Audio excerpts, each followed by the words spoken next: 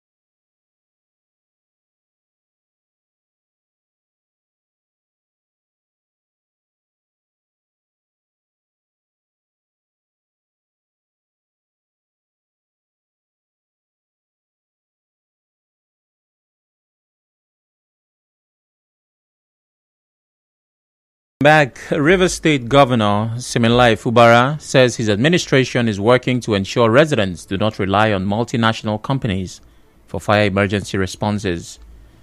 Governor Fubara said this while inspecting 3 major fire service stations, the Mile 1, Rumodumaya, and Borokiri Fire Service substations. He noted that additional fire trucks are expected to complement those already acquired. He emphasized that the revamped fire service would ensure a rapid and effective response to emergencies. The governor expressed satisfaction with the progress of work at the facilities and directed the contractor to ensure their readiness for commissioning by the first week of March 2025.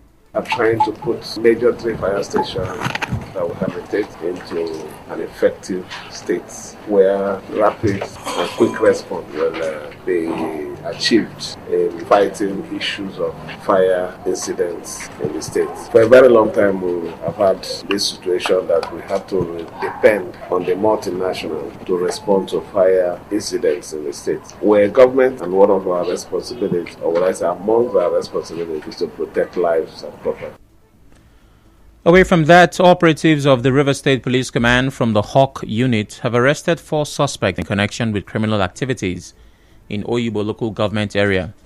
The suspects, identified as Peter Victor, Joshua Ibe, Shedrack David, and Joseph Acholam, were apprehended during a targeted raid at Blessing Street, Konkom in Oyibo.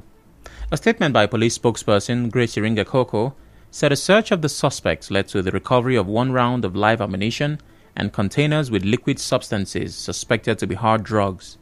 SP Iringa Koko said the suspects have confessed to being a part of a criminal syndicate responsible for various acts of terror in Oyibo and its surrounding areas. In a related development, operatives from the Rumuji Police Division intercepted a black Toyota Sienna early this morning, found to be transporting 2,000 tons of 48 VDC power system cabinets belonging to a telecommunications company. Police spokesperson Grace Iringa Koko in a statement said the vehicle was being driven by one Frank Ukpebi Tere. She said Mr. Ukpebi Tere failed to provide a satisfactory explanation or documentation for the transportation of these items, which are suspected to have been stolen. She said both the suspects and recovered exhibits are now in police custody as investigations continue. Moving on, some point of sales operators have called on the chairman of Obiakpo local government area, Chijoke Ihunwo, to reconsider and disband the newly constituted POS committee of the council. Speaking in an interview with our correspondent, the POS operators said the idea of wanting to take operational permits from them would lead to an increase in charges. They urged Mr. Ihunwa to focus his administration's policy on people-oriented projects. This POS, nothing come as for say we go they pay and local government chairman. We come and they collect their own rates here, 100 naira each transaction. All this payment, they choke person. Pay here. At the end of the day, you no go even see anything carry go have. I really would not want to make comparison, but if you check what Ezeboy Chemati, the mayor of Port Harcourt City, is doing, and then bring it side by side with POS committee, it's very lame. These are not things we are looking at. These are not human development. Bringing up a committee to task the POS vendors is going to have a ripple effect on the society, because if you should charge me, it means I have to increase my charges. These our customers, anytime you tell them price, they will argue. So for we to pay revenue from this POS is very bad. May they not just put that one at all. I beg, may they consider us. Also, a former Community Development Council chairman, Ike Wigodo, said the Obiakpo chairman should consider the interests of the people as they are adding more burden to the residents. Mr. Wigodo spoke on Nigeria Info's Morning Crossfire today. When we are trying to impose law, there should be advantage and there should be disadvantage. And whatever we are doing, let the advantage be greater. Yes, they could have their reasons, just like I said, but they should also consider the interest of the people in our country, what they are to collect. And I don't think they have anything to offer for the taxpayer. The POS people, they just make a living for themselves. These things are not permanent. It's a way to sustain them. The government should do as much as they can to protect and to encourage them. Because government cannot provide jobs, they shouldn't, because they are adding more burden to the people. Recall that the Central Bank of Nigeria recently introduced an electronic money transfer levy of 50 naira on transactions above 10,000 naira. In another development, the National President of Independent Petroleum Marketers Association of Nigeria, IPMAN, Abubakar Maigandi, has urged the NNPCL to allow members of the body to lift petrol from Port Harcourt and Warri refineries. Mr. Maigandi made the plea in an interview with correspondent Suibi Ruwari while speaking on measures to address the fluctuations of petrol prices across the nation. Since the Port Harcourt refinery and Warri refinery are functioning now, let them start loading independent petroleum marketers so that fuel can go anywhere at a lower rate. Up to now, they didn't start loading. We are still waiting for their loading. So what's your call to the association? What's your call? That is what I said. I said even during when they call us, we already informed the Minister of Oil that let them start loading independent petroleum marketers. Since they said they have repaired the refinery, it's okay. So if the refinery is okay, what remains now is loading. Mr. Maigandi also addressed measures to prevent members from exploiting the public amid fluctuations in petrol prices. The way forward now, so the masses should not panic for anything. At any time, the price can come down. How about your members that would want to take advantage of what is your organization doing to also monitor so that? No, we are monitoring them. For those who carry Dangote product, we normally monitor them to see that they sell at a rate which we agree, which is 970 all over the country. For those who loaded under Dangote MRS program. Still to come, analysts ask PDP leadership to enforce disciplinary action against FCT minister. Stay tuned.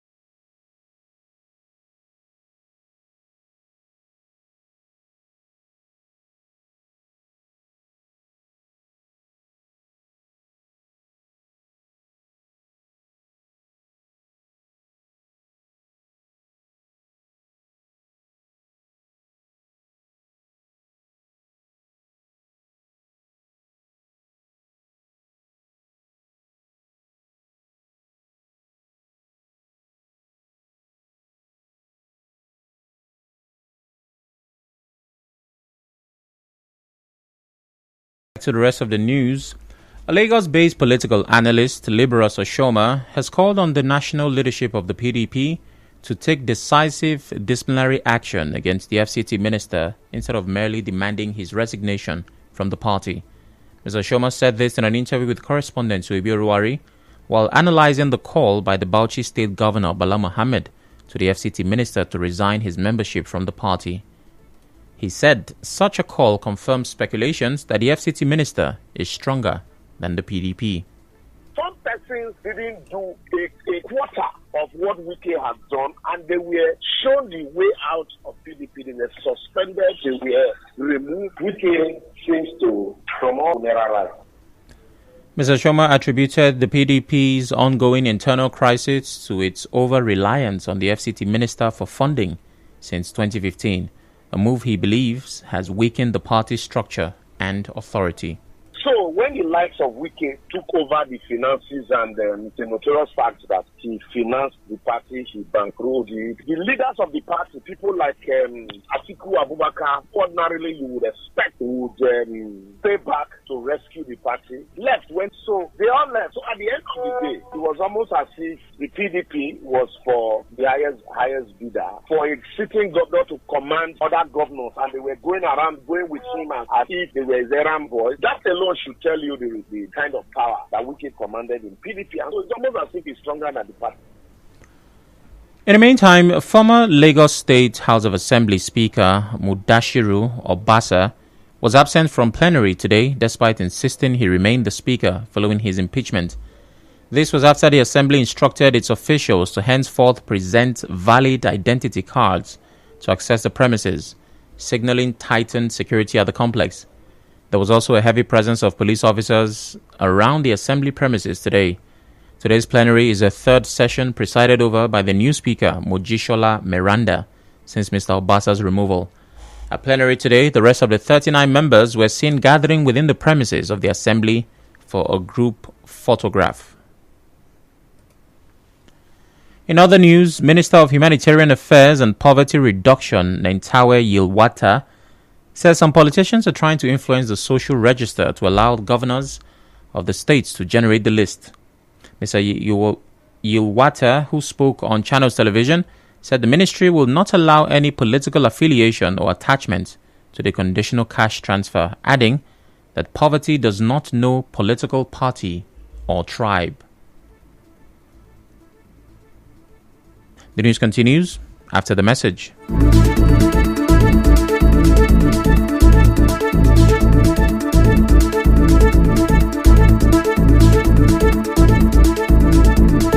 Chairman, Executive, and entire members of Class of 92, CSS Opobo Town Alumni Association heartily felicitates Your Excellency on the occasion of your 50th birthday and Golden Jubilee celebration.